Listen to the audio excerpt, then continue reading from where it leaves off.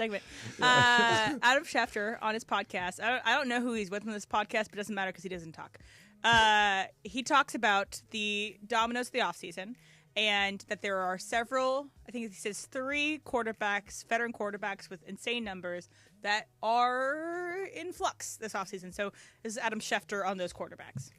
Veteran quarterbacks out there with at least 350 career passing touchdowns in the NFL who now have unsettled futures. That's Matthew Stafford. That's Aaron Rodgers. That's Russell Wilson. Matthew Stafford and the Rams, as we tape this Tuesday morning, February 18th, they've been trying to see if they can work out a new contract.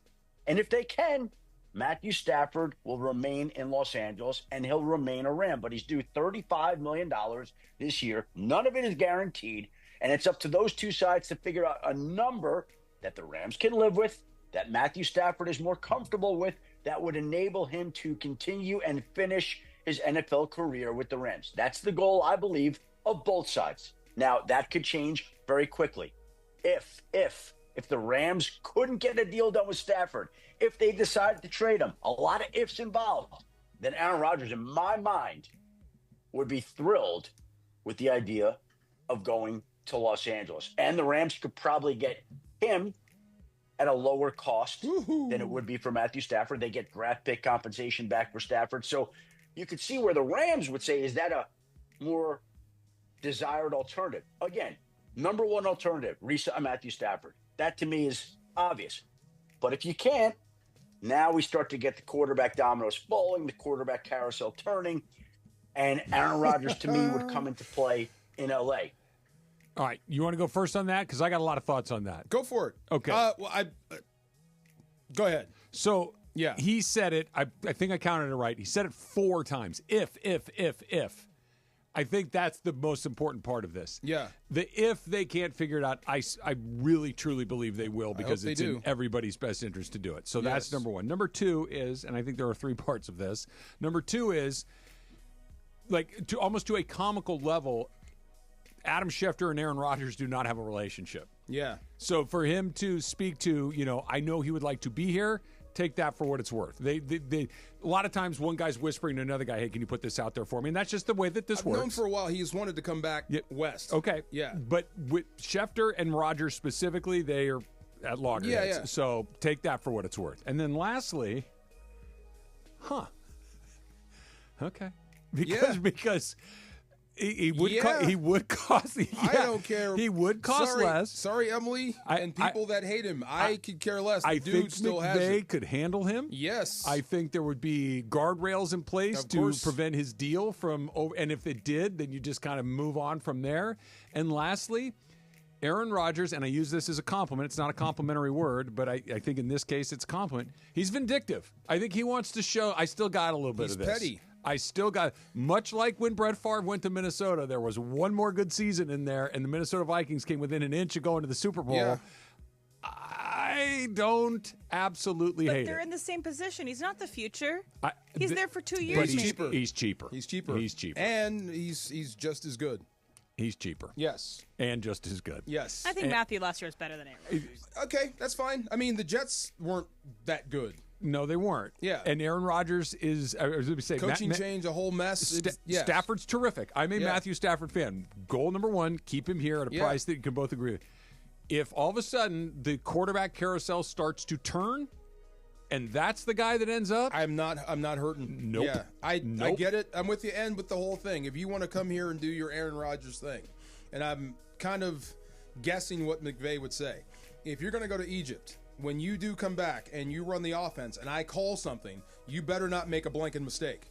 So if you're going to be you better know this stuff forwards and backwards like I do. Or could it be you're not going to Egypt? Or you're just not going. But I mean, or is it a place where Aaron Rodgers just did not respect Robert Saleh, and he might respect McVay? Could be. That's a good point. But I was saying way back when, I said this is going to end in a train wreck. I love Robert Saleh, but there's no way in the world you're going to rein in Aaron Rodgers. No. He's going to run all over you. Did you see what Sean Payton did to Russell Wilson in Denver? What Sean Payton could immediately, and it was and Saleh did not have the gravitas to do that. And Rodgers played into it, right? Yeah. McVay's not going to do that. No. And he has something to prove now. When he went to New York, he really didn't. He was the golden child that's coming to save this, and I'm going to do whatever I want. You guys can all go to hell if you don't like it.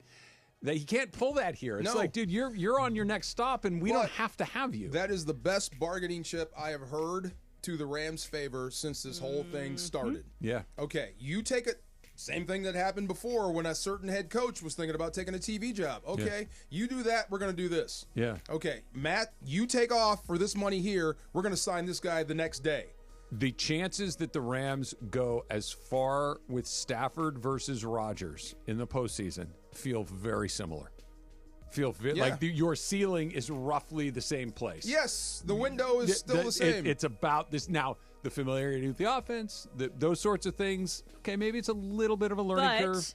Rodgers played him in LaFleur's offense, who's from McVay, so it's not unsimilar. Look, Aaron Rodgers is a lot of things, but he's not stupid. And he knows football, and he knows what to do. When I see this, and we're going to do that, what do you guys call this? We call this jacks. Okay, this just became. I know what this is. Yeah, he's a black belt in quarterbacking. Yes. I'm with you too. Yes. Like at the surface, you're like, it's like, no. Then you're like, wait, hold on a second. There's no hold up. Yes, if Matthew Stafford decides to go someplace else, more power to him. Love him. That's it. Love him. First choice, yes, Matthew Stafford. Second choice, when the carousel starts if turning, it's between Garoppolo and Rodgers. I almost said it. Done. Yes. What are we doing here? Right. Unless you talk to him or his people and say, look, there's no McAfee, there's no Egypt trip, and he's like, no, he's doing that. Then you're like, okay, move on. If he's adamant and I'm going to do all the things I do, then you probably go in a different direction. But if he's willing to bend a little bit, I really didn't mind the McAfee stuff.